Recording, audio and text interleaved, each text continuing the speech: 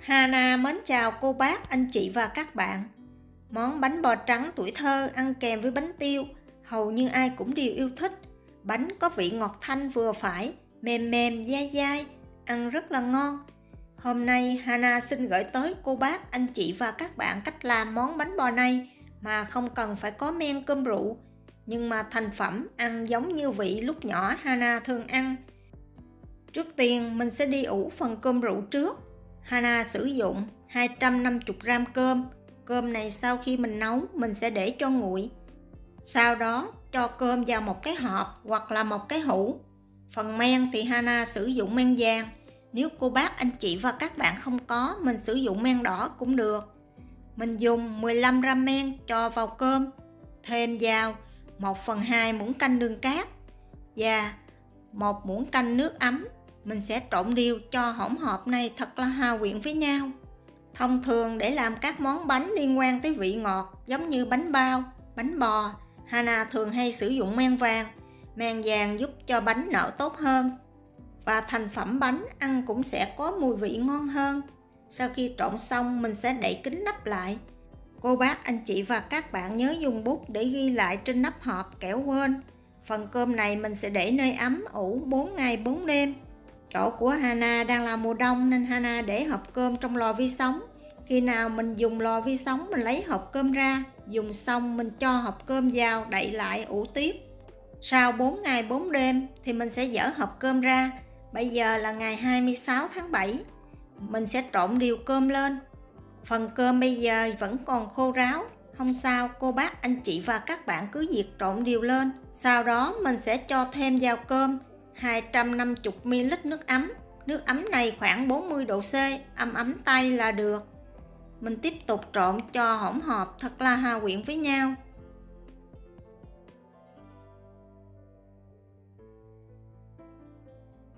Sau khi trộn xong mình sẽ cho thêm vào 1 muỗng cà phê đường cát. Đường giúp cho men nở tốt hơn. Và trộn đều lên. Tiếp tục đậy hộp cơm lại. Mình sẽ ủ thêm 3 ngày 3 đêm. Cô bác, anh chị và các bạn nhớ ghi ngày lại để quên. Ngày thêm nước của Hana là ngày 26, cũng là 7 giờ tối. Vậy là mình sẽ làm bánh vào ngày 29. Phần cơm này mình sẽ để nơi ấm. Hana cũng tiếp tục để trong lò vi sóng. Vậy là sau 7 ngày 7 đêm mình sẽ có cơm rượu để làm bánh bò. Cơm sau khi ủ đủ 7 ngày 7 đêm, hạt cơm nát và có mùi thơm của cơm rượu. Với công thức hôm nay Hana chỉ sử dụng 150g cơm rượu. Phần còn lại cô bác, anh chị và các bạn mình sẽ đậy kín lại để trong tủ lạnh để lần sau mình làm. Khi ủ cơm rượu, cô bác, anh chị và các bạn nhớ dùng hũ lớn để ủ. Vì nếu mình dùng hũ nhỏ, phần men dễ bị trào ra ngoài. Và nếu cô bác làm đúng theo thời gian của Hana làm, thì khi mình làm bánh bò, mình sẽ ủ vào lúc tối. Lúc sáng mình đổ là có bánh ăn liền. Trước khi làm phần bột mình sẽ đi nấu nước đường. Hana sử dụng 200g đường cát, cho vào 350ml nước. Nếu cô bác, anh chị và các bạn có lá dứa, mình sẽ thêm vào 3 cọng lá dứa. Nếu không có, cô bác, anh chị và các bạn có thể bỏ qua phần này cũng được. Mình khuấy đều lên và bắt lên bếp nấu cho tới khi đường sôi và tan hoàn toàn. Trong khi chờ nước đường sôi mình sẽ đi chuẩn bị phần bột. Bột gạo Hana sử dụng 200g. Vì Hana thích bánh dai mềm hơn nên mình sẽ thêm vào 50g bột năng. Nếu cô bác, anh chị và các bạn không thích độ dai mềm, mình có thể làm hoàn toàn bằng bột gạo cũng được. Cô bác, anh chị và các bạn mình nhớ rây bột để cho bột được mịn. Sau đó thêm từ từ vào 200ml nước. Nước này mình sẽ sử dụng nước bình thường, không nóng cũng không lạnh. Mình cho từ từ vào. Cô bác, anh chị và các bạn đừng cho vào một lần, bột sẽ bị chảy. Mình sẽ cho một ít, trộn đều cho tới khi hỗn hợp sánh đặc lại.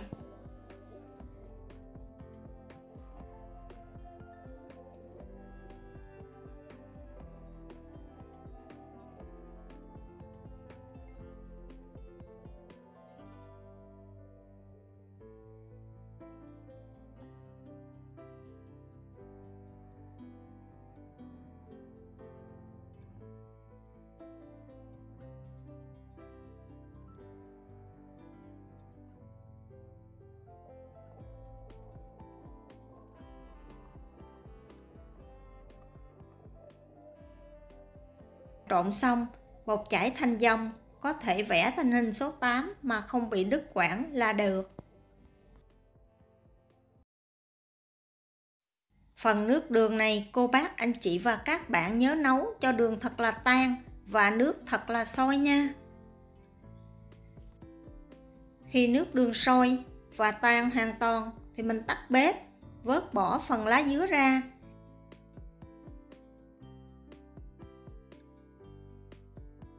Phần nước đường này cô bác anh chị và các bạn đừng để nguội, mình sẽ cho vào từ từ, vừa cho vừa khuấy cho tới khi hỗn hợp bột và nước đường thật là hòa quyện với nhau.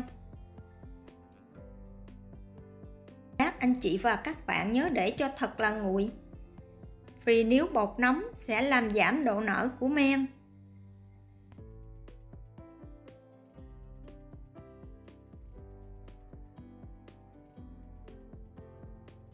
Sau khi bột nguội, mình cho hết phần cơm rượu lúc nãy vào, trộn đều lên.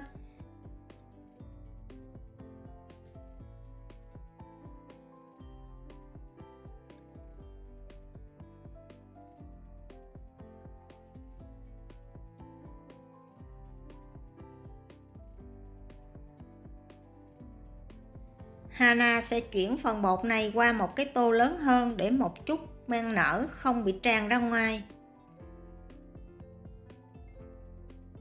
Bọc kín tô bột lại để nơi ấm ủ khoảng 12 tới 17 tiếng tùy theo thời tiết. Chỗ của Hana đang là mùa đông nên Hana đặt tô bột này trong lò vi sóng và đậy nắp lại. Sau 12 tiếng, bây giờ phần bột đã lên men hoàn toàn.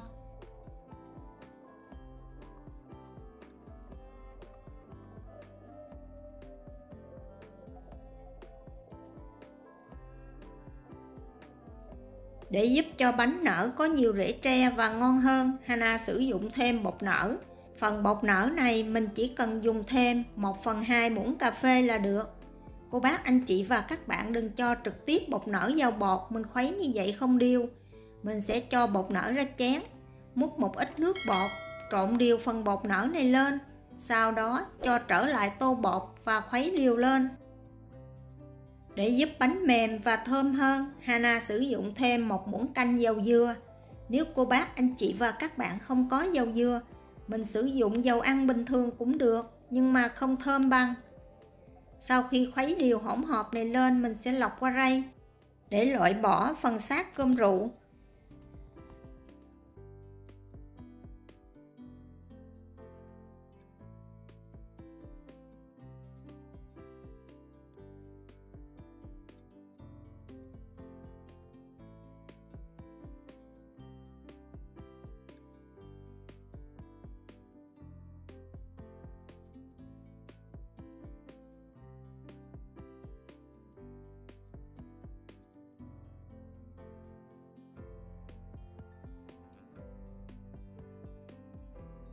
Theo kinh nghiệm đổ bánh bò của Hana thì mình sử dụng khuôn sứ mình đổ thì thành phẩm bánh sẽ có nhiều rễ tre và ngon hơn là mình sử dụng khuôn nhôm. Hana cũng sử dụng dầu dừa để quét chống dính cho khuôn. Khuôn này mình sẽ đi hấp nóng khoảng 1 tới 2 phút. Nhớ khuấy đều bột trước khi đổ bột vào khuôn. Bánh này cô bác anh chị và các bạn đừng hấp cao quá, ăn không ngon. Mình chỉ cần đổ bột cao từ 2 tới 2,5 cm là được. Mình sẽ hấp bánh ở lửa lớn 15 phút. Vì cái sửng của Hana khi lửa lớn, nắp sửng hơi bị phập phồng, phần hơi nước phía dưới dễ thoát ra ngoài nên Hana sử dụng thêm một vật nặng để đè lên phần nắp sửng. Nếu sửng của cô bác anh chị và các bạn không bị, mình không cần phải đè lên. Sau 15 phút, lúc này cô bác anh chị và các bạn đừng vội lấy bánh. Mình sẽ để bánh trong nồi thêm khoảng 2 phút nữa. Vì lò của Hana là lò điện nên bị nóng phía dưới, nên Hana phải nhắc sửng qua một bên. Nếu cô bác anh chị và các bạn sử dụng bếp ga, mình không cần phải nhắc. Chỉ cần tắt bếp là được. Sau 3 phút, mình sẽ lấy bánh ra ngoài. Phần nước, mình tiếp tục đun sôi trở lại. Sau đó cho khuôn vào làm nóng.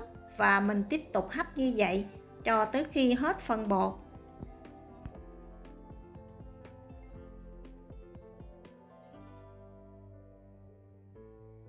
với công thức này, Hana hấp được 4 khuôn tròn có đường kính 15 cm và chiều cao khoảng 2 cm. Trước khi đổ bột vào, cô bác, anh chị và các bạn cũng nhớ khuấy đều bột lên.